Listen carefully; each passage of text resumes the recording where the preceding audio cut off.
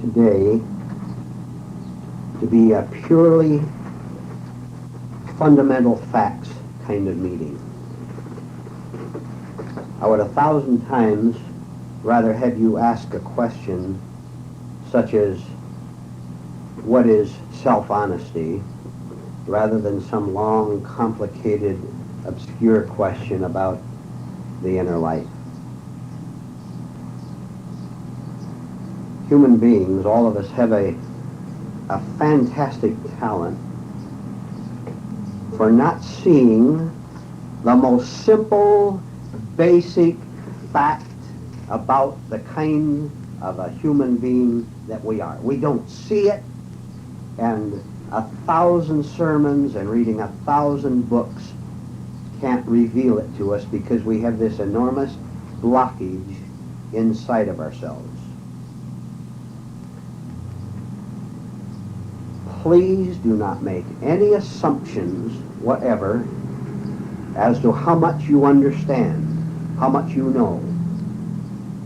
Because if it is indeed an assumption, instead of an understanding, instead of an insight, then you have put a block in there that will prevent you from seeing, in fact, what it is necessary to see in order to get rid of this awful ache that each one of you in front of me and listening to this tape has.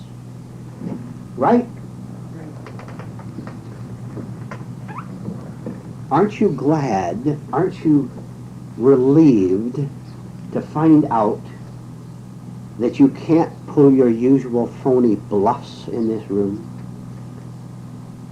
That you can't smile and think that you can smile, it's all right. Aren't you glad that you can't deceive, I'll say me in this case, aren't you glad you can't deceive me? Because if you could deceive me, you couldn't get anything from me. You couldn't get anything from this group.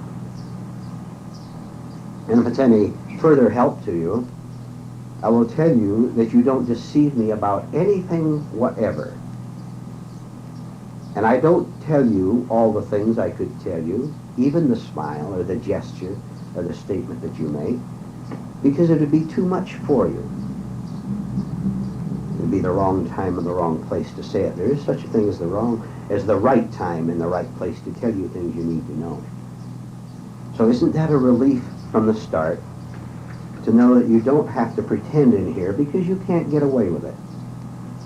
You can try to deceive me or someone else in the group or yourself, which are always tied together, of course.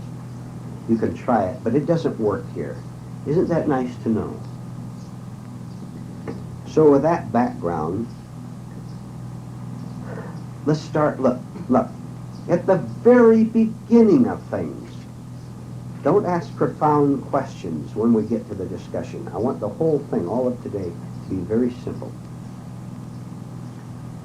And we will start by me asking you to ask yourself, what kind of a human being am I today? Look, what am I really like? This is an enormously difficult task because having lied to myself all my life, having deceived you because I wanted something from you, and I put on the phony front of being pleasant, or of being knowledgeable, or of being in self-command, because I wanted something from you and from society, I deceived you and deceived myself. The habit of self-deception has become so hardened, so habitual, that I no longer see it. My conscience, my real morality, has been set aside so long, from the day I was 1 day old till now, that I've come to the state where I can no longer see my deception. So, this morning, we will all ask ourselves, what kind of a human being am I actually? Now comes the shock. Now comes the disappointment, which, by the way, you listen to this. If you were ever disappointed in seeing the kind of a human being you are, you're making a mistake. Why? Do you see why? Do any of you see why? The minute you say, I'm an alcoholic, or I'm a liar, I'm a hypocrite, the minute you say that, you have still labeled yourself and kept yourself on the level of descriptions and thoughts and ideas and habits, and you will not get out.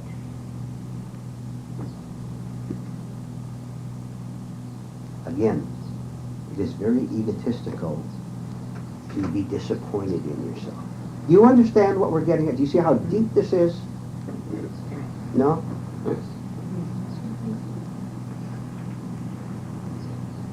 Why do you call yourself any kind of a human being at all? Either a so-called good label or a bad label. Why do you keep yourself in the trap? Why do you keep yourself in the trap by suffering? By saying, I'm confused and I don't know what to do with my life. You love the confusion. You love the ideas it gives you about yourself to call yourself a confused person. I said we were going to fundamentals, and this is one of them, but it's very difficult to see. This is why we're here to work real hard. As a first step, can you have the courage here this morning, right now, to not label yourself, to not describe yourself in any way at all? You don't know that you are doing it.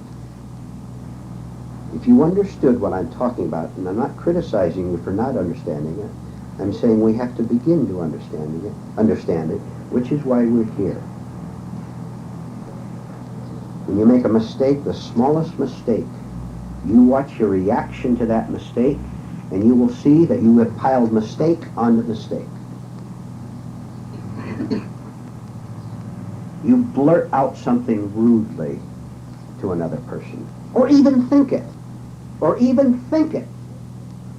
And if you can watch your mind real closely, you will see that you have made a second mistake, which keeps the first mistake going.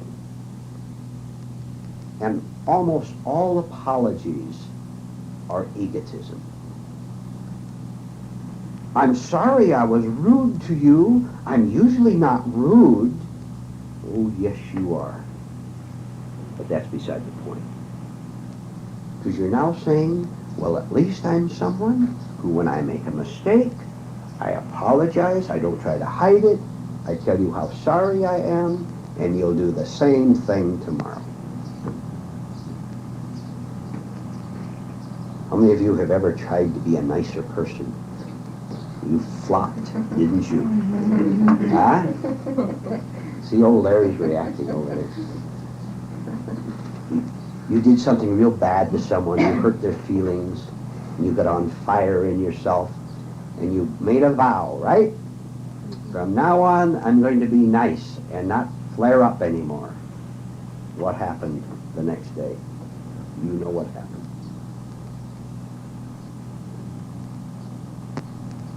You are in a room right now where you can discover how to break this repetitious habit of being a sick neurotic.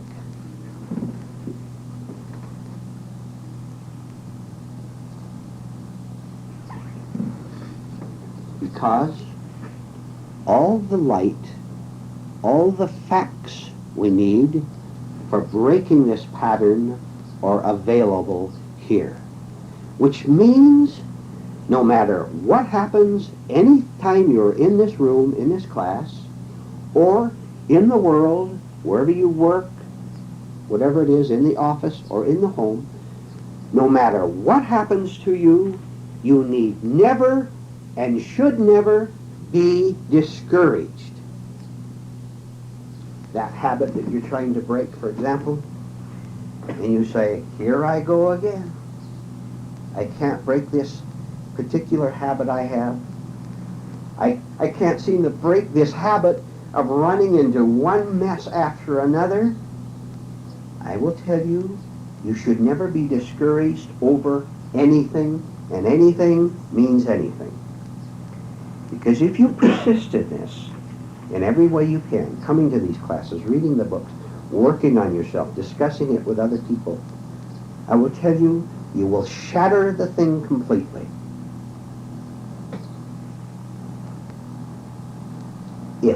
If you have come to the point where you're utterly tired of repeating your habitual behavior from day to day,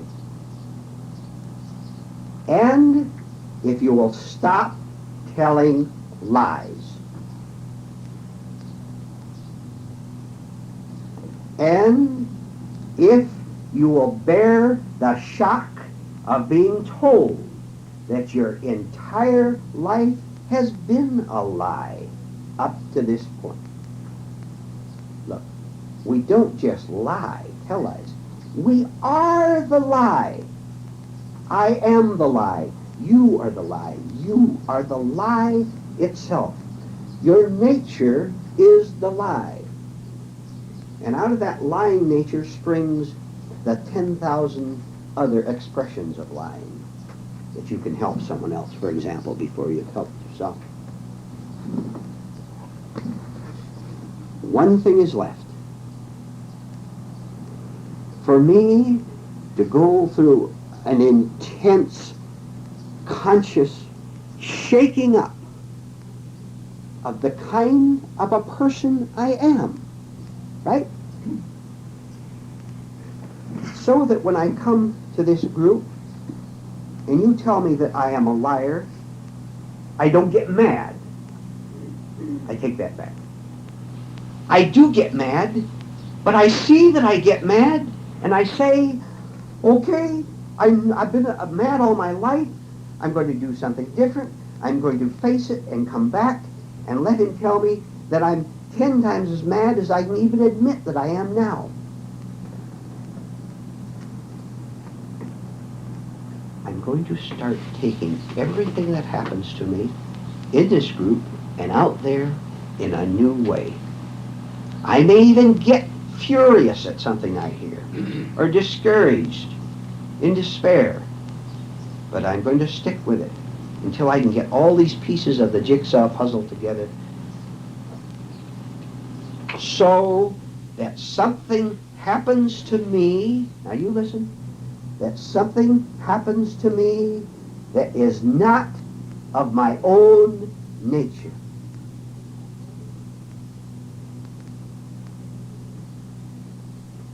That is not of my own so-called willpower, which is nonsense. Because I've tried to be nicer through willpower, and it never works. I'm nice here, I smile, but it's all a fake, and I know it. I want to repeat the point that I just made. I want to collect all this knowledge, all this insight, all my daily experiences, to the point where I understand that I have to get my usual responses, emotional responses, mental responses, verbal responses, physical responses, out of the way, no longer identifying with them, no longer calling them me, so that I am not afraid to die to them, so that when I die to them, there will be something that is not the habitual, usual me that will take me over, that will start to work for me, not in an egotistical way, not leaving it to someone else. not leaving it to God. Do you understand that you can get God to work for you when you no longer try to work for yourself egotistically? When you understand that you don't have anything of yourself to do? I'll repeat it for about the 5th time. When I see that I've been jealous, say, all my life, of anybody who's younger, richer, slenderer, whatever, when I see that I've been jealous all my life, and nothing breaks this painful habit of jealousy, when I see it, and when I do indeed put all these pieces together that we're learning about here, I will understand that I can simply drop jealousy just as simply, as directly as I drop this pencil. I can drop it because I understand that it is not necessary to be jealous. Because a jealous me is a false idea of myself. And what a hell it is to be jealous of you and smiling and congratulating you on your promotion at work, and you now make $50,000 a year, and I with my 10 college degrees can't even find employment. And I get bitter, and I get hard, and I scream inwardly, maybe outwardly. When I understand that there's no need to be jealous of anyone or anything, which is a lot of hard work, but I'm going to do it. I'm sick and tired of living this old way. When I understand that, and I am willing to give up the movement of jealousy, which I call me, of course I'm jealous, I have a right to be. When I'm willing to die to that, God, truth, reality enters to change my very basic nature, and then I'm no longer jealous or hateful or revengeful or anything else self-destructive, because I see that it's not me at all and not necessary. Now, this is what is called getting out of the trap. This is what is called dying to my old nature. This is what is called self-transformation. This is called what is being a new kind of human being. This is what is called new life. This is what is called dying to the old nature. This is what is called being nothing of myself, so that God, truth, the all with a capital A, is everything.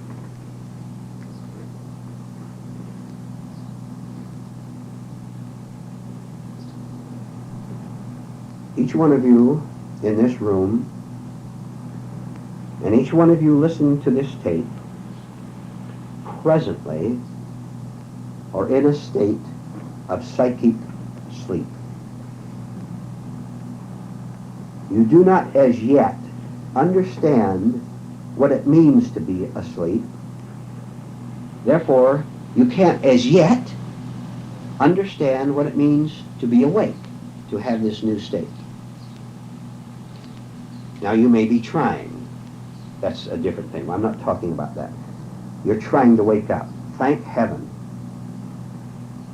But in your present state, you do not understand how badly, which is right grammar, how badly off you are. This is the fundamental. This is what we're trying to talk about and understand this morning. To see the fundamental fact of how badly off I am, you are. Just to see it. Because if you think that Christ has saved you, and you have secret hatreds in you against anyone who doesn't believe as you do, then you are asleep, right? You're deceiving yourself. Now that's just one example out of 1,000 we could have. Okay. Where can I see this morning, here in this room, some new neurosis that I haven't seen before? This is what we want to do this morning. Where am I bluffing? Where am I faking? Where do I have a secret fear? Where am I clinging to a negativity because I like it? Because I'm afraid to let go. What can I see? Some little thing this morning so that I can begin to just simply drop it because I see so many things about it. One, that it punishes me, that it keeps me in hell. Two, that it keeps me in wrong relationship with you. Therefore, I destroy you to the degree that I'm destroying myself. You see, a person in this state of psychic sleep has no conscience. None of you in this room has a conscience. You may have a system of moralities which flies out the window the minute you can make $1 or get someone to flatter you or get someone to keep you as a companion with you because you're lonely. That's conscience. Look, can you imagine God, truth, reality, wanting to use another human being for his own selfish purposes? You and I do that, but truth does not need to do it. To the degree, therefore, that I am apart from truth, from reality, I will use you, I will exploit you, in order to fill my supposed needs. If I die indeed to the old nature, through knowledge, through understanding, through hard work, I don't need you in any other way than that is quite natural. It is quite really friendly. Because I don't look at you or you or you and unconsciously say, what can I get from him or her? Can I use you to reduce my loneliness? Can I use you to make $10 extra at my business today? All this idea, this compulsive need to exploit other people, which is a lack of conscience, goes as I die to my old false nature. Then we're in real relationship, are we not?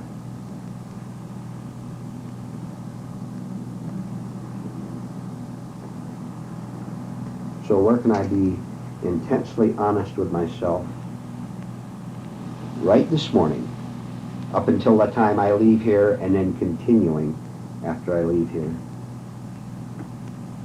in order to drop a chain which I don't even see as yet.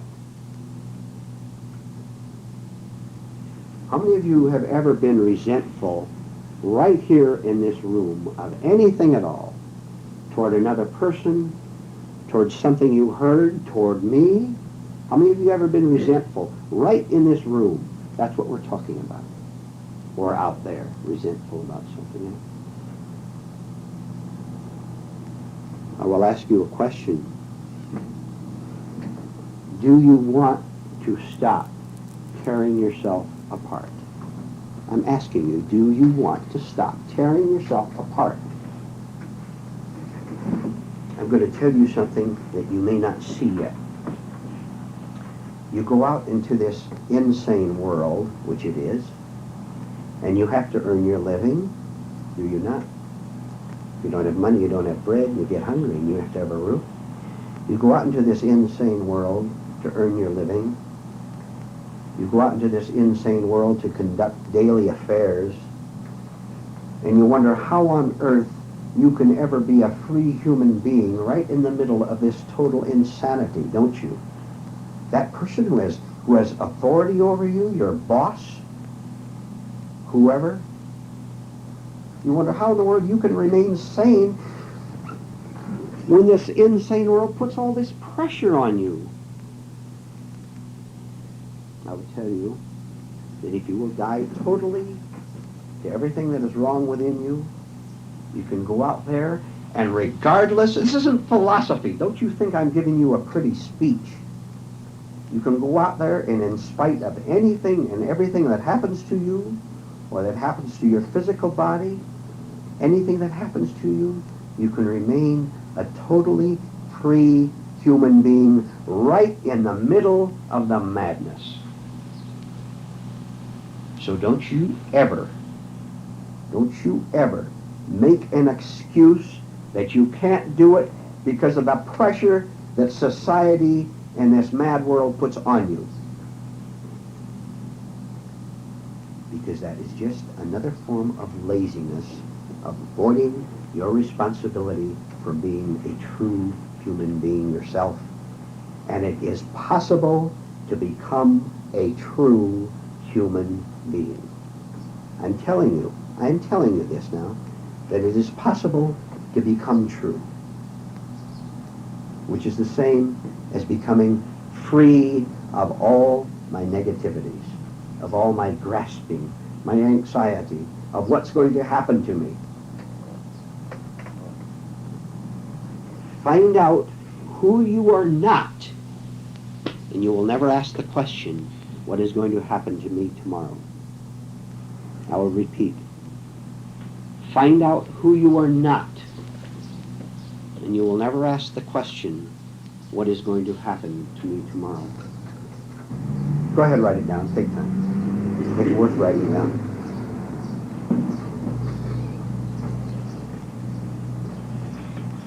When we hear the truth, when we hear the facts that are necessary to self-change, we have a great decision to make. And I'll conclude with this. We have a decision as to whether we're going to ignore what was heard, to run away from it, to become angry at it, to push it aside, or whether we're going to do the honest, hard thing of facing it in order to let truth, God, reality make us a new human being. Now this choice doesn't necessarily just come once. You understand that it happens 100 times a day, that you can make 100 decisions in favor of self-change and instead of self-evasion. I will urge you to not lose another one of the 100 opportunities you have every day to decide in favor of yourself, instead of deciding in the favor of psychic sleep, of hypnosis, of insanity. Okay, all right. We are here in this group to learn how to take the incident at work, in the home, the incident, the decision that comes when you get a certain kind of a letter or see a certain kind of a news program, or your husband or wife says a certain thing to you. We are here to use every incident to wake up instead of going further into sleep. This is why we are here. And we've made an excellent start this morning. I want to talk about the topic of weakness. What we're doing here, as both individuals in the group and as individuals working together in a group, which has extra power in it when you're working with someone else, what we're doing here is making our goal a goal of refusing to be weak anymore. This is what we want, isn't it? To state it in one way, I don't want to be weak anymore. And what a world of variations we could find in the word weakness itself. What does it mean to be weak? We've touched on it many times without using the word weakness in connection with it. What does it mean to be weak? We've said many times that crying in any way is weakness. Weeping, it's self-centeredness. Permitting the facial expression of another person to intimidate you, to make you feel bad, is weakness.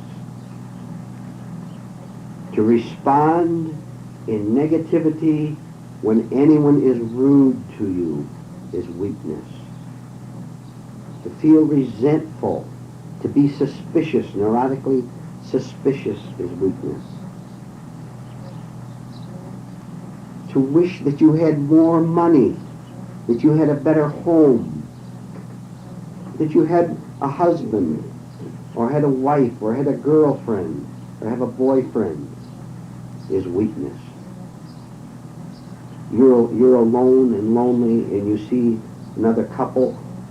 Boy, are you deluded when you look at that couple walking down the street, and their arms are linked, and they're laughing at each other. And I don't necessarily mean a young couple, a middle-aged couple, even an older couple. And you look at them in envy because you don't have someone. Why on earth do you want someone? That is weakness, to want someone. Because you've never examined the weakness in your wanting them. I have someone to talk to be with, to tell my troubles to.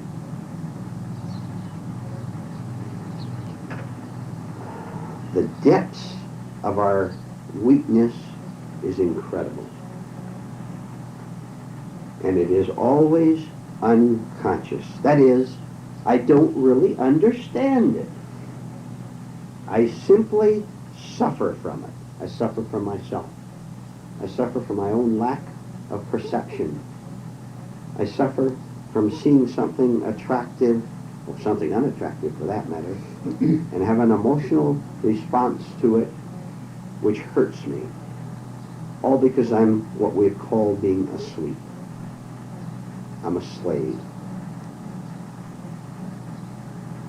So what do I suffer from?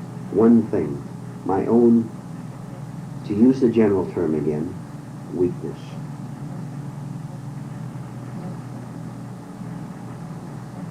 If you're going to write anything down, the next thing will be very valuable for you to write down. Following sentence. I refuse to be weak. Now, write that down, then we'll go on. I refuse to be weak. This is my aim. This is my goal. Listen, this is what I want. Okay? This is what I want. I don't want that woman or that money or that praise. Not really, not really. What I want is to not be weak. To not be yearning every time I see someone else that I think is happy. We're so stupid. In spite of all the experiences that we have had with having someone in our life, and then fighting with him or her, or being jealous of him or her, or having this unseen tension between him and her. And you know what I'm talking about, because you've all had it. In spite of all that, we're so stupid, we look at something attractive in the outer world and say, oh, if I only had that again, or if I only had that, without seeing what happened the last time we had someone. Don't you see that we have to, look, listen to this. Don't you understand that you and I have to see beyond the appeal, the excitement? If I had, this is all we see is what we want.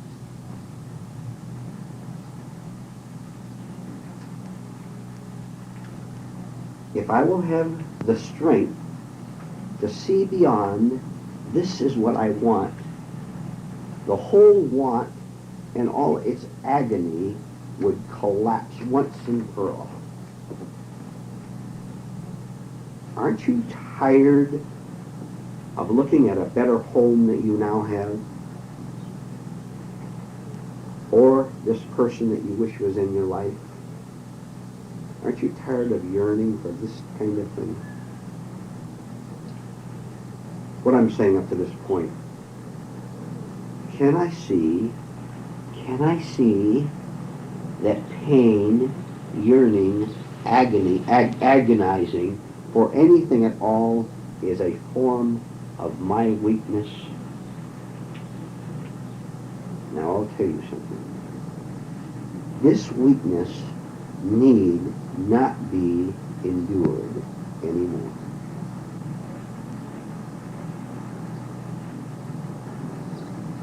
I don't at all have to suffer from wanting something else, from wanting to be young again. I look around the room, and most of us here, and I know that this is where you are unconsciously suffering from your own weakness, whether you know it or not.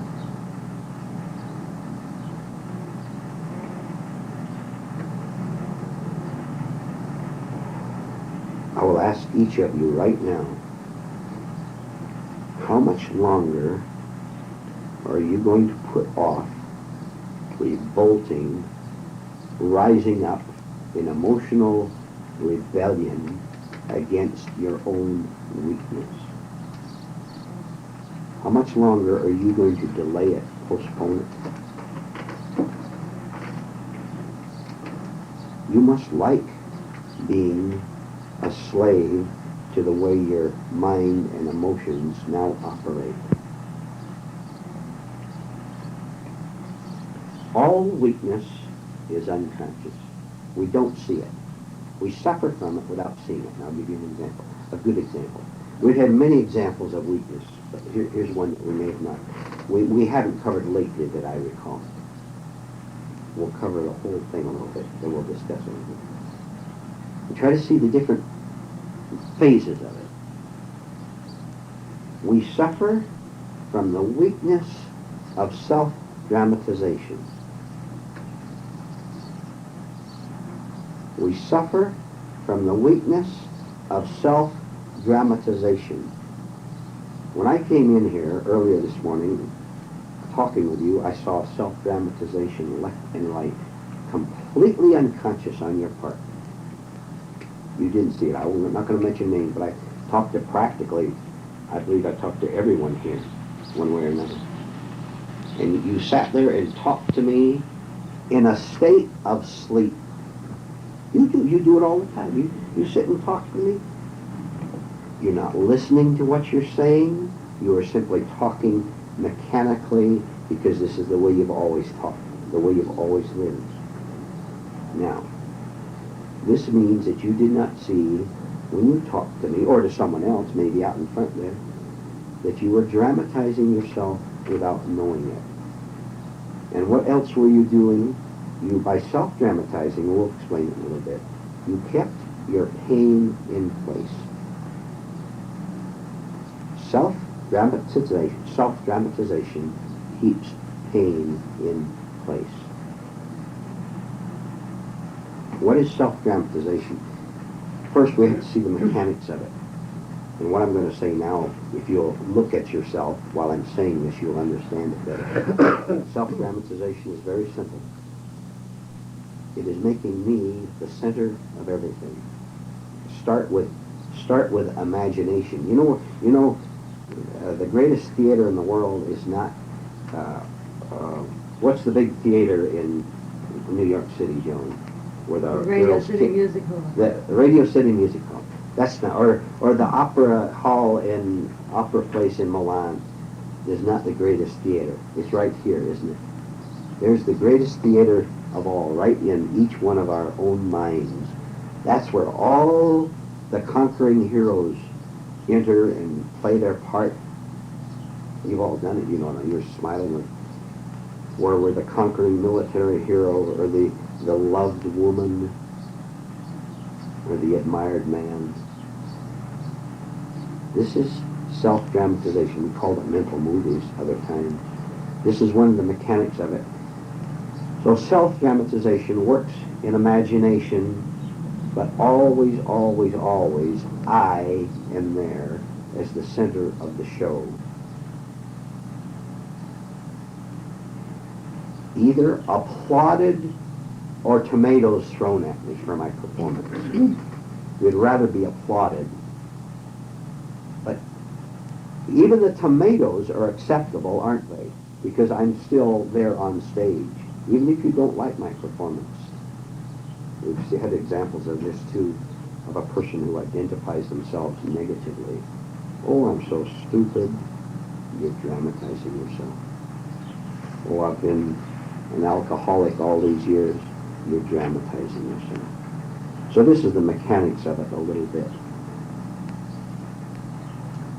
When is the last time you have dramatized yourself in your own mind as either a hero, heroine, or as the villain? You catch that and cease to let this run through your mind, and you'll begin to see how all pain, all yearning, all weakness can disappear. I'm sorry, but if you walk in here or walk out into the world at the grocery store or at your home or wherever and don't see what you are doing to yourself, then the tragic play has to go on. What is a principal characteristic of a stage performance? Take a New York stage performance, some famous play. There's a dozen actors on stage. They're playing the part of one man's a king, the woman's a princess, and there's a bunch of soldiers around. What is the main characteristic of it? Very simple. It's fictitious. It's not really happening, is it? You never thought of that. Not really. It's fictitious. It is not really happening. It's all been staged. There's a script, there's a motion to it, and there's background scenes, and there's color. The whole purpose being to make illusion look like something real. Because everyone out in the audience, as well as the actors themselves, but it's the audience now, can identify with the roles. That's why stage playwrights write them so that there's the man is the main hero and the woman is the heroine, because everyone out in the audience is identifying themselves with the role. The principal ingredient is it is fictitious. Nothing real is happening. Anytime I get offended or I feel in despair, anytime I feel persecuted, anytime I feel elated because you complimented me, I am playing a role. I am self-dramatizing, which is weakness, which keeps me asleep, which keeps me in pain. Now, what could be clearer or simpler than that?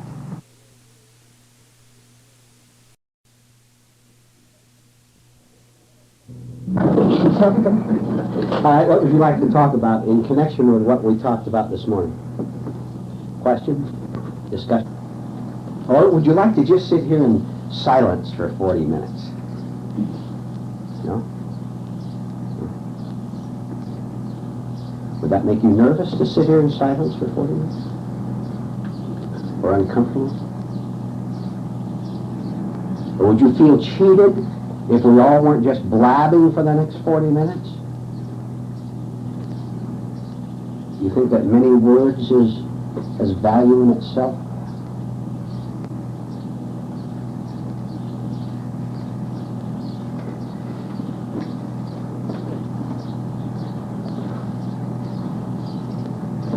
Would you go into a little bit our fearful dread of our own silence, please? Our own silence. Of our own silence, our fearful dread. Yeah, of course. Yes. Think of the phrase, and you'll recognize it the minute I say it. Though this may be the first time you've ever heard these two words together, you will understand exactly what it means when I say it. Internal noise. Internal noise. Our screaming emotions, our mind yelling out at us, do this, no, you better do that. Internal noise is very valuable if you want to stay in your misery. Write that down. Internal noise is very valuable if you want to stay in your misery.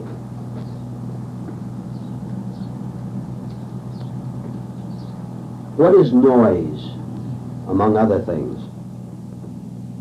Internal noise, emotional noise, mental noise, is a tremendous distraction.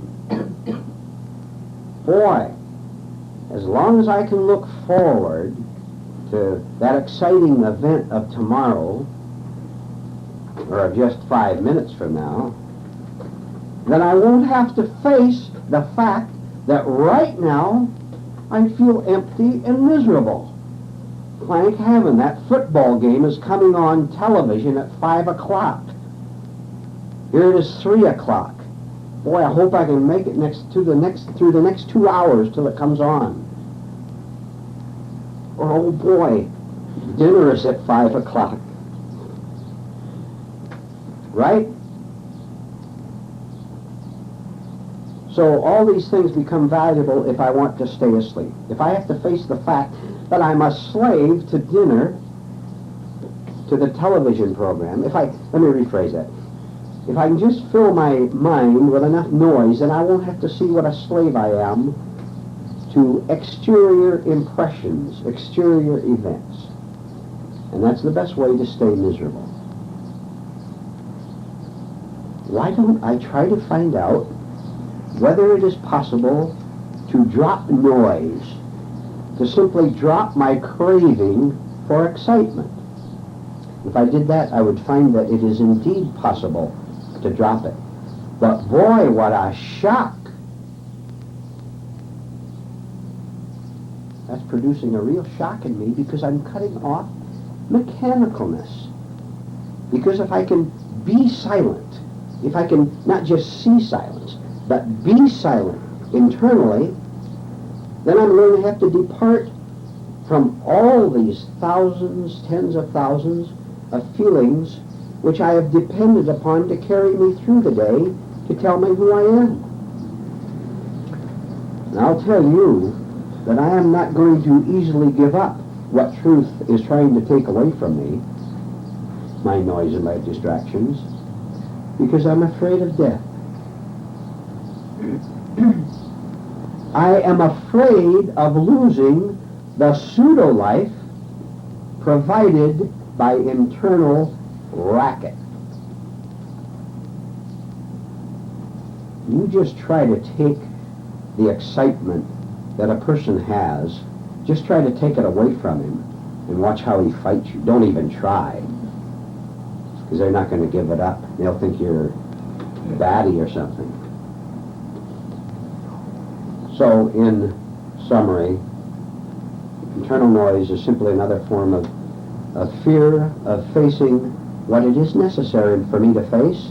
And what must I must face? My own nothingness, my own lack of an actual separate identity. I have no identity at all. I have no way, there's no way for me to honestly call myself anything, even a sinner. Don't you dare going around telling me how terrible you are. You're bragging.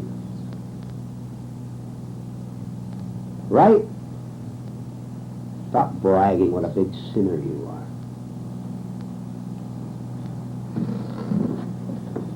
Think it through, and then see if you can give up some little place where you're using a despair, a suffering, to tell you who you are, and then drop it.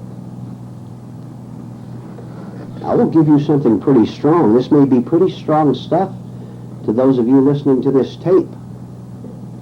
You may not be able to take this as yet, but I'm going to tell you. Let's see how much you can take. When you suffer, you are an egotist without a conscience. Now we'll say that again. When you suffer from anything, you're an egotist without an ounce of real morality. Now let's see how you take that.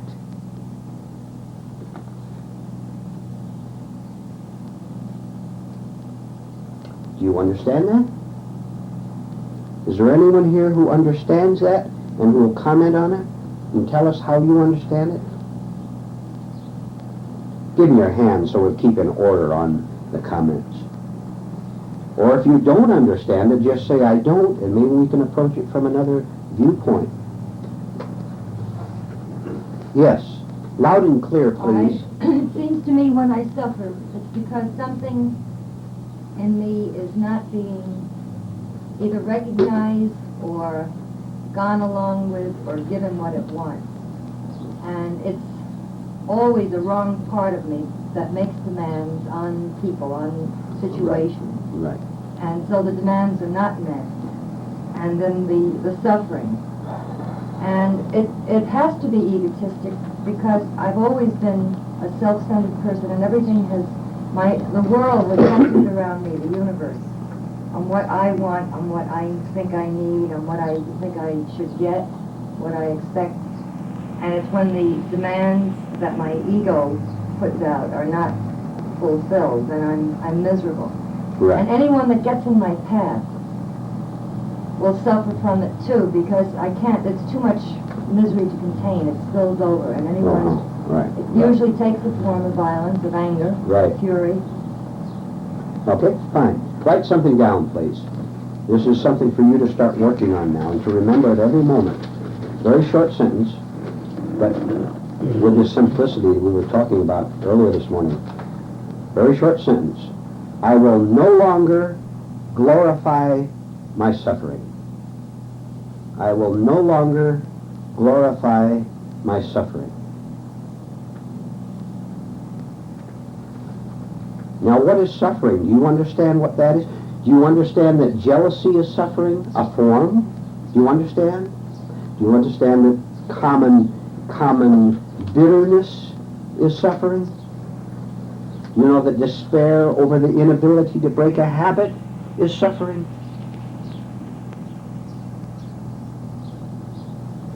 You know that feeling inferior to other people is suffering? Feeling superior to other people is suffering? And an illusion? And vanity? Hey, do you understand that you're just in a state of vanity when you feel inferior as superior? A feeling of inferiority is vanity. Would you like to write that down? A feeling of inferiority is vanity because, why? Very simple. How many times have we gone over it? Because it seems to affirm a center of me. I am inferior. At least I'm somebody. Then you know what you'll do? You know very well what mankind does. You'll set up gods and heroes which you call stronger than you. You are weak, but he is strong. I think that's part of a hymn, isn't it? Yes. That's part of a hymn. Dorothy. All right. So you set up a false god who is going to save you, which is pure egotism. And you'll never be saved. God can save you, but an idea of God cannot save you. Do you see the difference? The truth can set us free. My idea of truth, this church or that church, cannot possibly set me free, because an idea is not the reality. I saw a hand somewhere. Oh, I was just going to say, so anything that refers back to me, whether it be good, so-called good, or so-called bad, is egotism. Right. Exactly. Because there is a center there, an assumed center, which does not exist at all. There's no individual center. There is one all, capital A, of which we are all a part, and presently, while we're still here alive, we're separate physically, are we not? But spiritually, if you want to use that word, we are certainly not separate at all. Which is liberty, to see this. As long as I'm me, I'm going to get what I can from you in order to make this me seem real to me. But it's a bottomless basket, isn't it? Have you ever noticed that? No matter how much money you have, how how many friends you have, how much popularity you have, how much so-called self-confidence you have. It's never enough. Every morning I have to get out and get more. That should be a clue that we're on a wrong path. But boy, try to knock that through our heads. It isn't easy.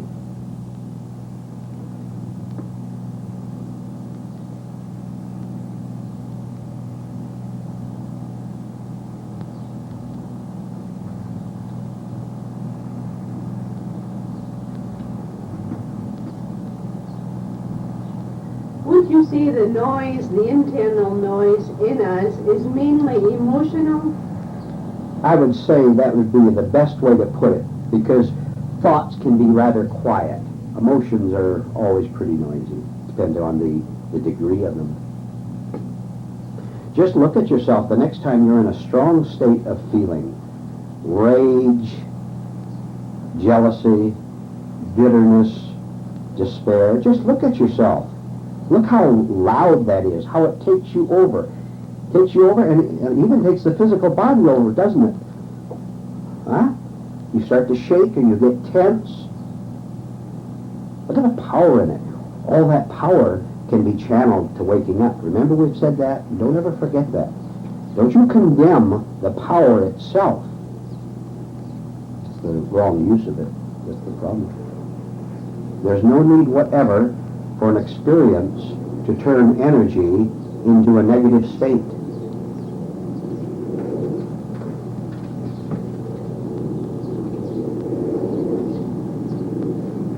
Yes. Because we don't call certain powers evil, they do become more evil. Yeah, if you call it evil, there will always be a self-reference. That is, you will say, that is evil to me.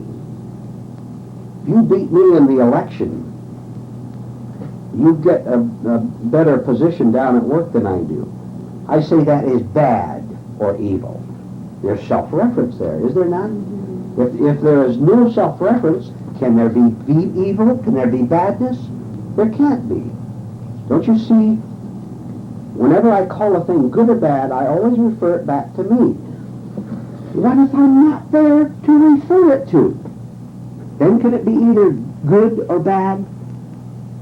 No, but we want this feeling, this noise, which can be a so-called positive noise as well as a negative.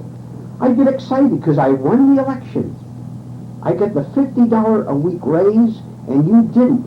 I'm happier if I get it and you don't. Am I not? If you get it, I'm glad to have the money to buy more groceries. But I feel more distinct, more valuable if I get it all alone and you don't, because I can compare.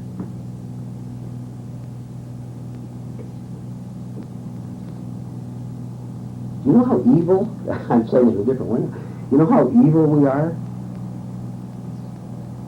Evil being sleep.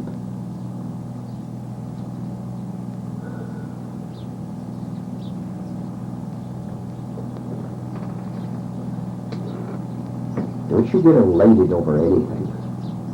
I will make one exception, and you know what I'm going to say, don't you? You get elated. Look, turn yourself loose with elation over the fact that you are finding the truth that sets you free at last. Boy, will you be elated. There'll be no containing you. Yes. On other than the psychological level, is there not evil? All right. Evil is what? Evil, all right. We want to go into evil. Let me put it in a different way this time. We can take it from many viewpoints. Evil, what we call evil, esoterically speaking, is the lazy, habitual movement of certain parts of us, and we refuse to shatter it. Let me say the same thing in another way, because it's quite complex and it's hard to even put in words, I assure you. Evil is inertia, laziness, which because we have been, not just been attached to, but actually have been all our lives, we know nothing else.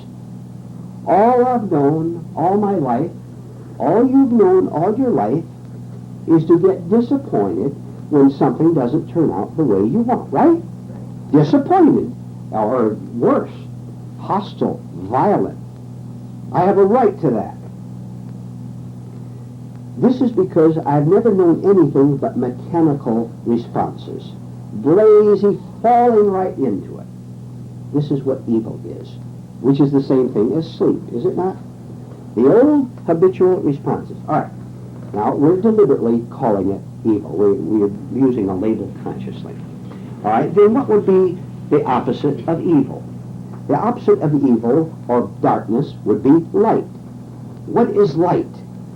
Light, which comes only after a certain point in our lives when we're tired of suffering and tired of lying and are willing to die a little bit.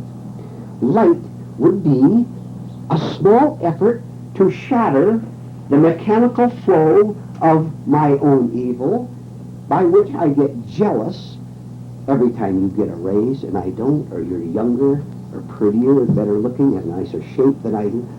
Light is an attempt to shatter the mechanical flow of habit.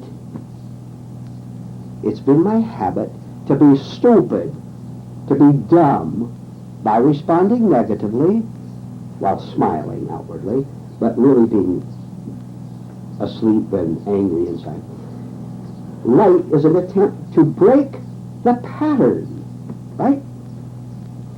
So we can increase our light here right in this meeting by trying to see something in us that is asleep and saying, I'm not going to go along with this anymore, and as best I can, I know I'm going to flop and fail 1,000 times. As best I can, I'm going to try to understand this. That is goodness as opposed to evil. Understand? This is why it is super good to be here in this room right now, because we have a conscious aim to break habit, which is darkness. Then, by the way, I will add, then later on we see that habit has its place, but not in labeling ourselves. Your real nature is not opposed to evil, to darkness. God, which is your true nature, the kingdom of heaven within, is not in a battle, right? The labeled me, the great writer, you, the great artist, the great whatever you are, that is in a battle with other so-called great people. Competition, envy, I want more money than you. That is where the battle is. When we die to that, then we become the kingdom of heaven itself. I and my Father are one. And where's the battle? But I have to be willing to give up the internal noise of the battle in order to achieve this state, which means the death of what I've called me. Am I willing to do it? I'll tell you what to do. Every day, about 20 times, even once if at the start, but do it a lot. You dare to leap into the dark of being nobody at all. Then you tell me whether you're in a battle with any other human being or any circumstance on earth. You won't be. Because God, truth, reality, the kingdom of heaven within, look, when you fight with something, you have given power to that something. God gives no power whatever to the devil, to use that phrase. Can you imagine God being afraid of the devil? Isn't that ridiculous? We are afraid. Do you know why we're afraid of the devil, of darkness? Because we're on the same level. Devils are afraid of devils. Are you following? Yes. Okay. When we're no longer devils, then we're not afraid of devils. Because nobody can do anything adverse against God. Absolutely impossible. They can do it to me or you, but not to God, not to truth. Isn't that great?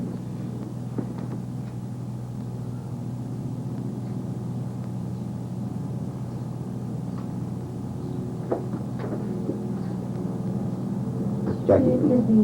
Pardon? Is the power and the energy there and we just use it in the right or wrong way? All right, all right, all right. Or is it not? Or do we make the energy ourselves? No. No, you don't have to create a thing. You have it sitting right now, right where you're seated there. So does she, so does he, so does he, so do I. We have it. But we use it to form me, the false me, which means we fight. Are you willing to be nobody in order to end the torment? Don't you know that I am torment, what I call me? There's no way to end torment without dying to all labels and descriptions. It's as simple as that. Now work like a beaver on it, or whatever works harder than a beaver.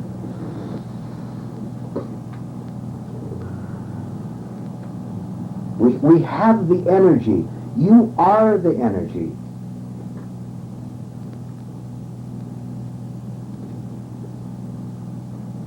So our fears are a clue to our state, our actual state. Our fears, most certainly. Most certainly, yes.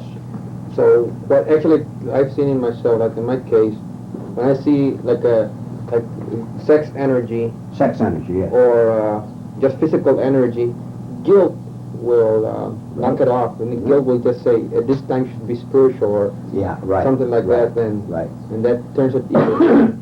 It turns it evil. Yeah. So, Let's bring sex into it briefly.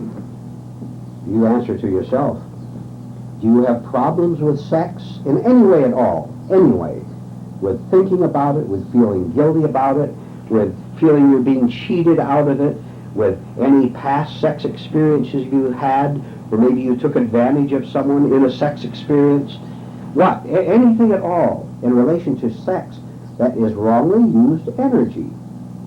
Why are you, in the first place, why are you tied to the past at all? Even the past of 5 seconds ago. To say nothing of 20 years ago, when maybe you had a sex experience that now you are ashamed of. Why are you tying yourself to the past by being ashamed of it? You can see it and understand it without being ashamed of it, or without condemning yourself. Because if you condemn yourself, you are still on that level of time, of negativity, of self-punishment, which again is self-centered vanity. We're abolishing time here. Work on these sex thoughts, the idea of sex. Bring that into the work too. Yes. I can see where if I load my mind at this time with all of my past memories and then add daydreams of tomorrow into this moment of time, there is no point for silence to be, for me to learn, for me to experience, for me to feel something new. So I must shatter that. Okay, fair enough. As long as your mind is running madly, you can't be here now. You're thinking about now, you were thinking about yesterday or what you want to do tomorrow.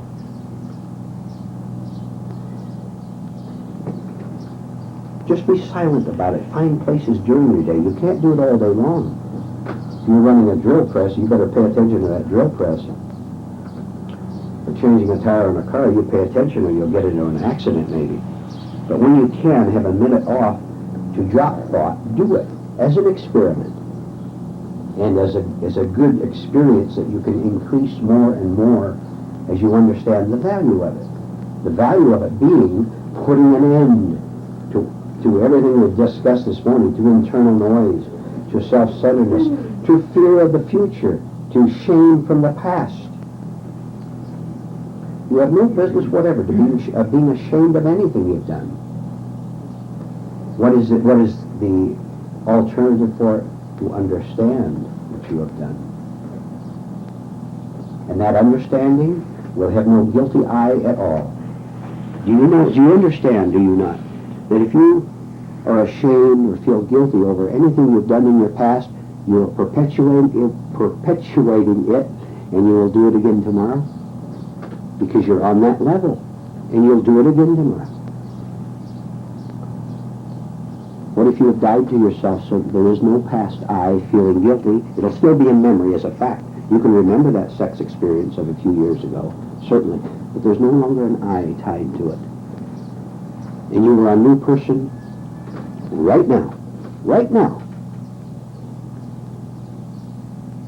And that shatters the repetition of going out and hurting another person tomorrow in the same way that you did yesterday, and equally hurting yourself.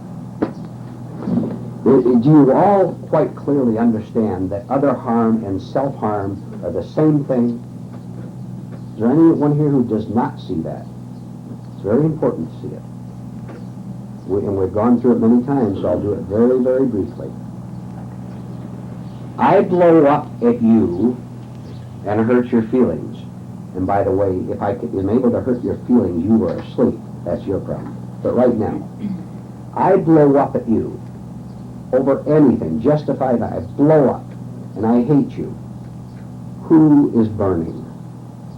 I am. How can I escape hurting myself?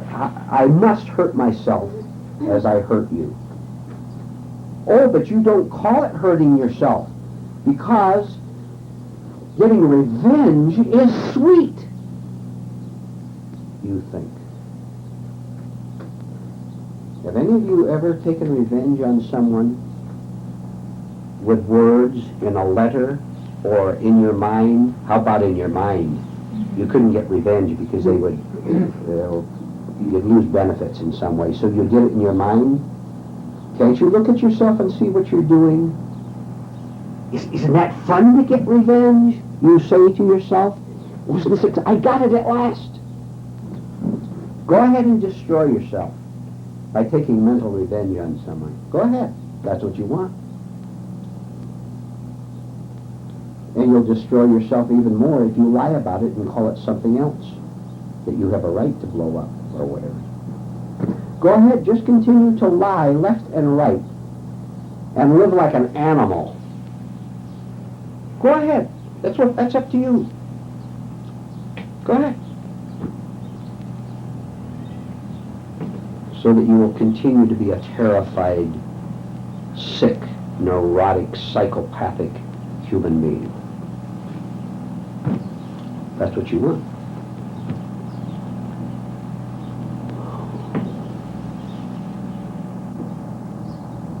And a devil. Don't you let the bad behavior of your boss, of the person you work with, of your wife or husband or your relative, don't you let the bad behavior of any other human being influence you wrongly in any way. Now you may think that you don't permit them to do this. I will ask you to observe that as well as everything else we're talking about. You watch how someone is able to influence you because you're so weak. You never think from your real nature. You think from your own conditioning. And therefore other people are able to influence you. Or they're able to flatter you. They're able to make you feel good.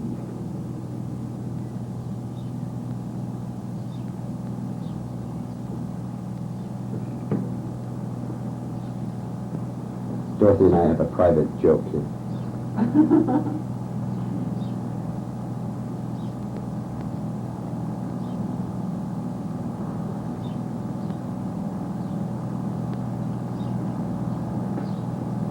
No, I'm going to live my own life.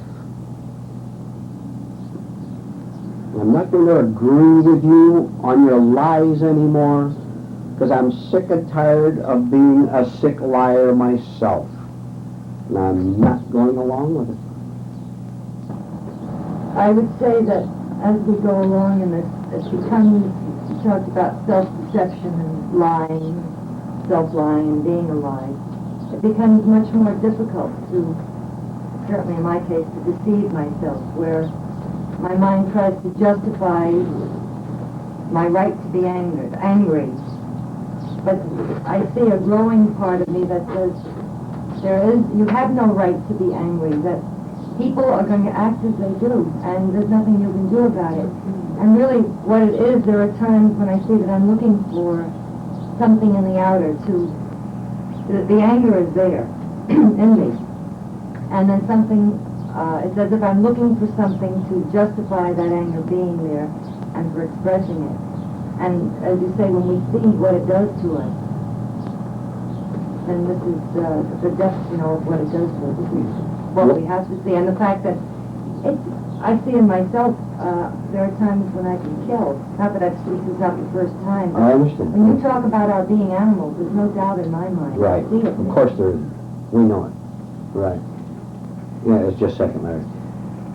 To comment on what you said, Junior, one part of what you said.